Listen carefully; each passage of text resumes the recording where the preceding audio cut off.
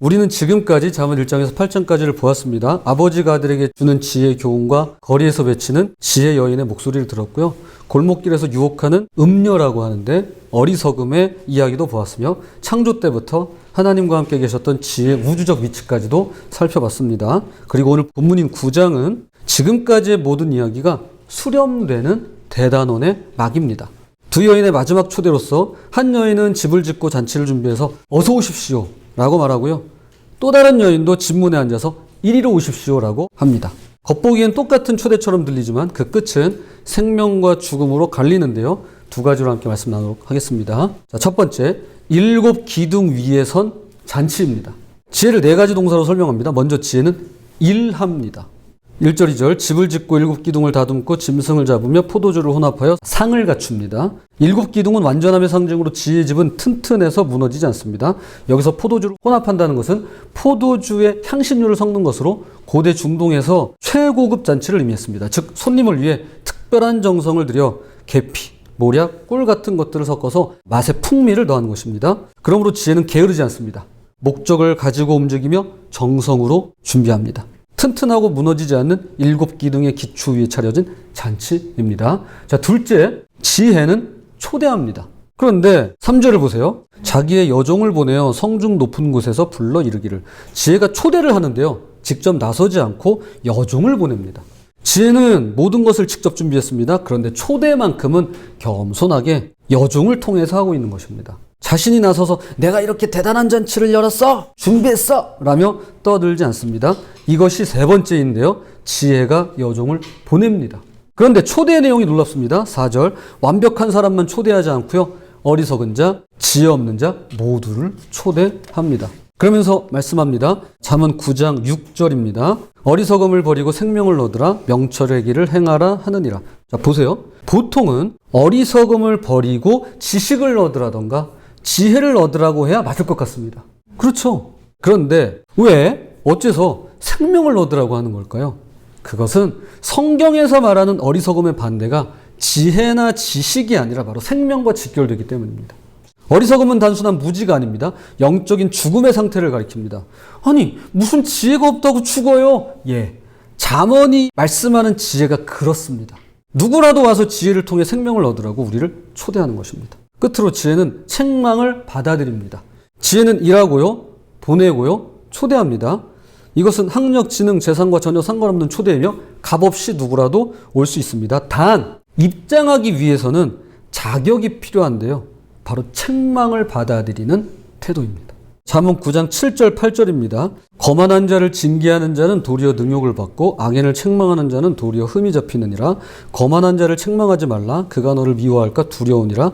지혜 있는 자를 책망하라. 그가 너를 사랑하리라. 잠언의 가르침은 거만한 자를 책망해서라도 지혜를 얻게끔 만들어야만 할 것 같습니다. 그게 잠언 같아요. 그런데 꼭 그렇지만도 않습니다. 거만한 자를 책망하면 미움을 넣는다고 합니다. 거만한 자를 징계하면 능욕을 당하고요. 흠이 잡히게 된답니다. 그래서 오히려 거만한 자를 책망하지 말라고 당부합니다. 책망하지 마. 이렇게 얘기해요. 사실 그렇죠. 일상에서 얼마든지 경험할 수 있는 내용입니다. 말이 안 되고 상식이 안 통하며 막무가내 부끄러움도 반성도 볼 수 없는 그런 경우를, 그런 사람들을 만나곤 합니다. 혹시 몰라요. 제가 그럴지. 혹시 몰라요.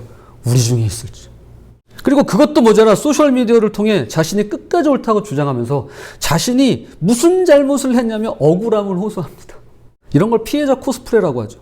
거만은 거만할 거에 게으를 만을 써서 잘난 체하며 남을 업신여기다라는 뜻이 있습니다. 그런데 이 거자를 가만히 살펴보면 사람 인에 있을 거로 되어 있습니다.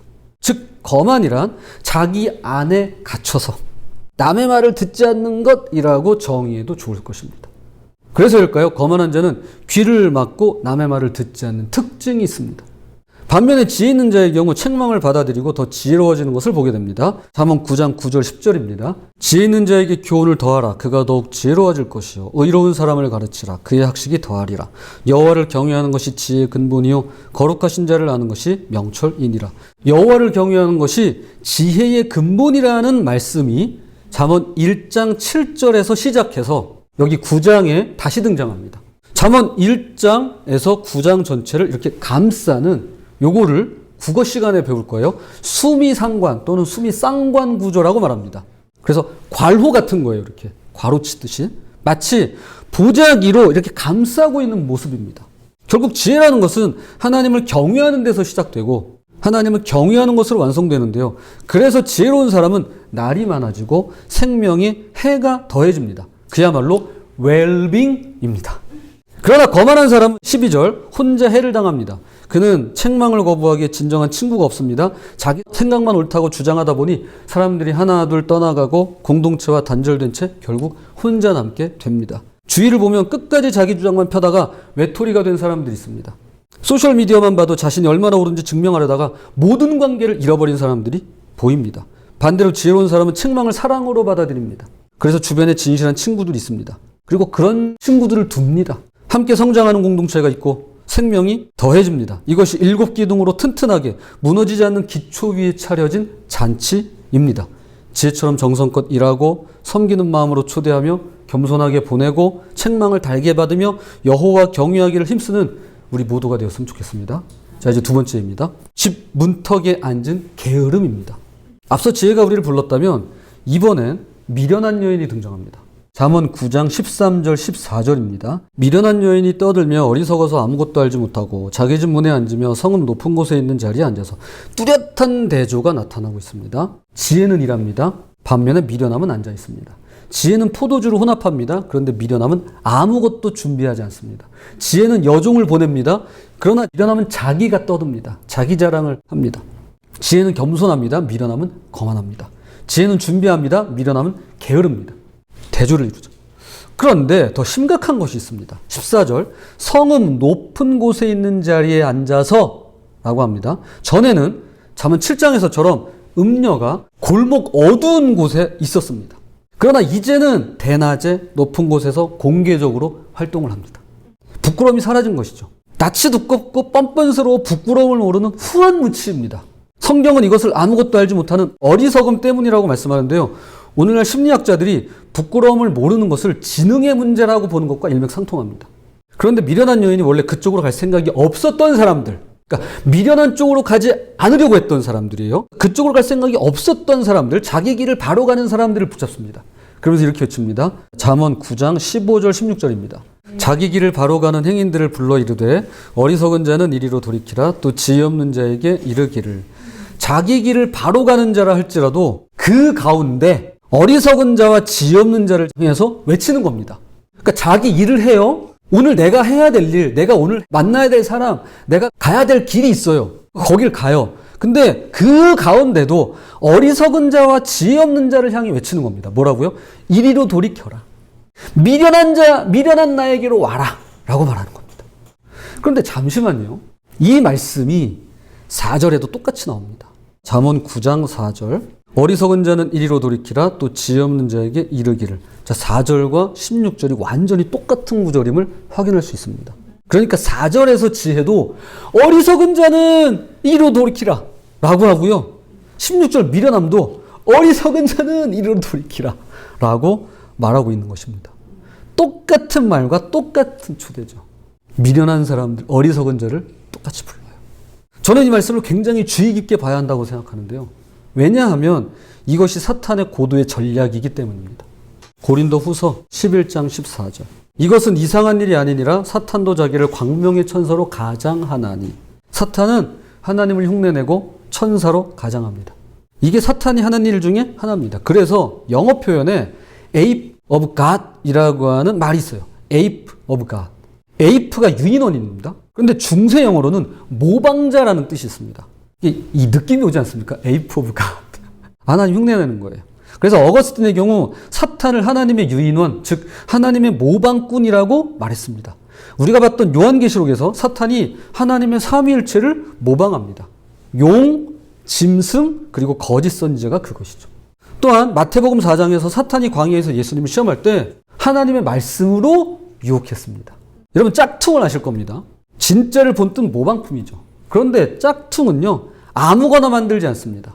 귀한 거, 좋은 거, 희소성 있고 값비싼 거, 가치가 높은 것들만 짝퉁으로 만듭니다. 그래서 역으로 짝퉁이 있다는 말은 반드시 어딘가에 뭐가 있다는 뜻일까요? 진품과 명품이 존재한다는 것입니다. 나는 모르지만 어딘가에 진품과 명품이 있구나 라는 뜻이에요. 그러므로 하나님이 어디 있어? 하나님이 어디 있어? 하나님이 어디 있어요? 라고 할 때 하나님을 흉내내고 모방하는 존재가 있기 때문에 하나님이 계시다고 보는 것이 오히려 이성적이고 합리적인 사고라고 볼 수 있습니다. 오늘 본문에서 어리석음이 지혜를 똑같이 흉내냅니다. 그냥 나에게 오라가 아니라 나에게 돌이키라고 말합니다. 그러나 결국 수월과 사망으로 내려가는 길인데요. 그럼 왜 특별히 어리석은 자가 더 쉽게 넘어가는 걸까요? 잠언 14장 15절은 어리석은 자는 온갖 말을 믿기 때문이라고 말씀합니다. 진짜와 가짜를 구별하지 못하고 분별력이 없어서입니다. 즉 그 속에 사람들의 말은 많이 있을지 몰라도 그게 지식이 될 수도 있겠죠. 그러나 그 속에 하나님의 말씀이 없기 때문입니다. 내 영혼의 말씀의 빈곤함 때문이에요. 어느 날 갑자기 두려움이 엄습할 때가 있습니다. 미래가 불투명하고 너무 불안해서 아무것도 손에 잡히지 않는 것이죠. 밤에 잠을 이루지 못하고 생각이 많아지고 걱정이 태산 같습니다. 어제로 불안했습니다. 지금도 불안하지만 앞으로 이 불안이 떠나지 않을 것만 같습니다. 그럴 때 말씀을 붙들어야 됩니다. 내 안에 말씀이 있어야만 하는 것이죠. 아무것도 염려하지 말고 모든 일에 기도와 간구로 너희 하나님께 감사함으로 너희 구할 것을 구하라. 그러면 모든 지각에 뛰어난 하나님의 평강이 그리스도 예수 안에서 너희 마음과 생각을 지키시리라. 이런 말씀이 내 안에 있어야 내가 그 말씀을 붙들어야 나를 사로잡는 불안 대신에 말씀이 증거하는 대로 하나님의 평강을 의지할 수 있게 되는 것입니다. 말씀이 있어야 돼요. 또한 갑자기 아무도 나를 알아주지 않는다고 느껴질 때가 있습니다. 나 혼자인 것 같아요. 세상에 나를 이해해주는 사람이 아무도 없는 것 같습니다. SNS를 보면 나만 빼고 다들 행복해 보입니다. 어떨 땐요, 저희 가족들이 저를 이렇게 왕따시키는 것 같은 느낌을 받을 때가 있어요. 여러분, 그럴 때 말씀을 붙드는 겁니다. 내 안에 말씀이 있으면 외로움에 무너지지 않습니다. 강하고 담대하라. 두려워하지 말라. 너 어디로 가든지 너와 함께하느니라. 내가 결코 너희를 버리지 아니하리라. 내가 너희를 떠나지 아니하리라. 이런 말씀이 내 안에 있을 때 내가 그 말씀을 붙들고 내 존재 가치가 형편없다고 느끼지 않을 수 있는 것입니다. 갑자기 내가 버림받은 것 같고 자존감이 바닥을 칠 때가 있습니다. 사랑하는 사람에게 더 이상 사랑받지 못하는 것 같을 때가 있습니다. 나는 왜 이렇게 못났을까? 나는 왜 이것밖에 안 될까라는 생각이 나를 사로잡습니다. 그럴 때 말씀을 붙들어야 됩니다. 그래야 열등감에 짓눌리지 않고 자존감을 내 기분이나 감정에서 찾지 않을 수 있습니다. 내가 너를 지명하여 불렀나니 너는 내 것이라. 오늘 우리가 함께한 교동문입니다. 요한복음 말씀이죠. 영접하는 자, 그 이름을 믿는 자들에게는 하나님의 자녀가 되는 권세를 주셨으니 주님을 영접할 때 하나님의 자녀가 될 수 있습니다. 이건 권세입니다. 말씀이 있어야 분별할 수 있습니다. 말씀이 내 안에서 작동할 때 진짜와 가짜를 알아보고 지혜의 초대와 미련함의 초대를 구별할 수 있습니다. 그래서 이 말씀이 중요합니다. 잠언 9장 10절입니다. 여호와를 경외하는 것이 지혜의 근본이요 거룩하신 자를 아는 것이 명철이니라. 그런데 말씀이 없는 어리석은 자는 어떤가요? 당장 눈앞의 것만 봅니다. 즉각적인 만족을 추구합니다. 잠언 9장 17절입니다. 도둑질한 물이 달고 몰래 먹는 떡이 맛이 있다 하는도다. 이런 말씀이 아니더라도 살면서 한 번쯤은 들어봤을 겁니다. 뭐 이런 거죠. 약속은 깨라고 있는 거야. 그거는 약속을 깼을 때 자기 정당화죠. 어리석은 자는 지금 당장 달면 됩니다. 나중에 어떻게 될지는 생각하지 않습니다. 에덴 동산을 생각해보면 나무가 수없이 많았습니다. 그래서 동산 각종 나무의 열매는 내가 임의로 먹되 라고 하나님께서 말씀하셨습니다. 그런데 딱 하나만 먹지 말라고 당부하셨죠. 금하셨습니다. 바로 선악과입니다. 그러나 하와의 눈에는 이 나무가 모함직도 하고 먹음직도 하고 지롭게 할 만큼 탐스럽기도 한 열매로 보였습니다. 즉 금지가 욕망을 부추기는 것이죠. 오늘날도 마찬가지입니다. SNS에 이 정도는 괜찮아. 이런 게 자유지. 라면서 불법과 죄를 공개적으로 자랑하는 걸 보게 됩니다. 그러나 실제로는 더 깊은 속박에 빠져 있습니다.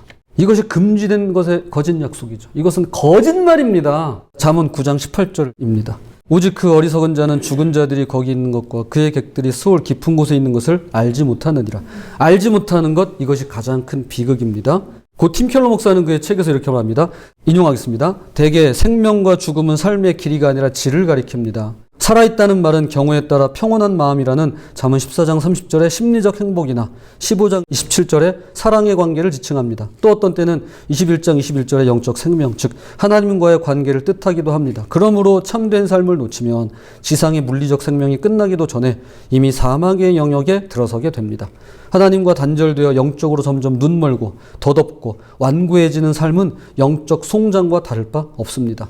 미련한 여인의 손님들은 스올, 곧 죽음 깊은 곳에 있습니다. 그래서 우리는 생명을 택해야만 하는 것입니다. 성경적인 지혜는 정말로 생사의 문제입니다. 있어도 되고 없어도 되는 문제가 아닙니다. 게으르고 떠들고 거만하고 훔치고 부끄러움이 없는데요. 그 끝은 죽음으로 내려갈 따름입니다. 말씀의 결론을 맺겠습니다. 잠언 9장은 우리 앞에 두 개의 초대장을 놓았습니다. 그런데 놀라운 것은 이 두 초대가 똑같은 말을 한다는 겁니다. 어리석은 자를 향해서 이야기해요. 어리석은 자는 이리로 돌이키라. 지혜도 미련함도 똑같은 말을 합니다. 은행을 사칭한 피싱 문자처럼, 명품을 모방한 짝퉁처럼 사탄은 언제나 진짜를 흉내냅니다. 그러면 어떻게 구별할 수 있을까요? 우리가 4가지씩 살펴봤습니다. 자, 그런데 이것을 제가 기억하기 좋게 한번 영어 단어로 조합해 봤어요. 자, 먼저 지혜는 works, 일합니다. invite, 초대합니다. send, servant, 종들을 보냅니다. 그리고 embraces correction, 책망을 받아들입니다. 수용합니다. 앞글자 W-I-S-E를 묶어서 wise, 지혜가 됩니다. 이것이 7 기둥 위에 선 잔치로 일하고 준비하고 겸손하게 초대하고 책망을 받아들이고 여호와를 경외하며 그 끝은 생명인 것입니다. 반면에 미련함은 loud, 떠듭니다. arrogant, 거만합니다. zero, preparation, 준비 같은 거 없습니다. 제로예요. 그리고 yells herself, 자기가 외칩니다. 자랑 삼아 떠듭니다. 이것도 앞글자 L-A-Z-Y를 묶어서 lazy, 게으름입니다. 이러한 미련함, 어리석음이 하는 일은 지혜와는 정반대로 떠들고 거만하고 준비가 없고 부끄러움이 없습니다. 하나님을 두려워하지 않으면 끝은 죽음입니다. 놀랍게도 wise도 그렇고 lazy도 그렇고 어리석은 자는 이리로 돌이키라며 매일같이 똑같은 말로 우리를 초대합니다.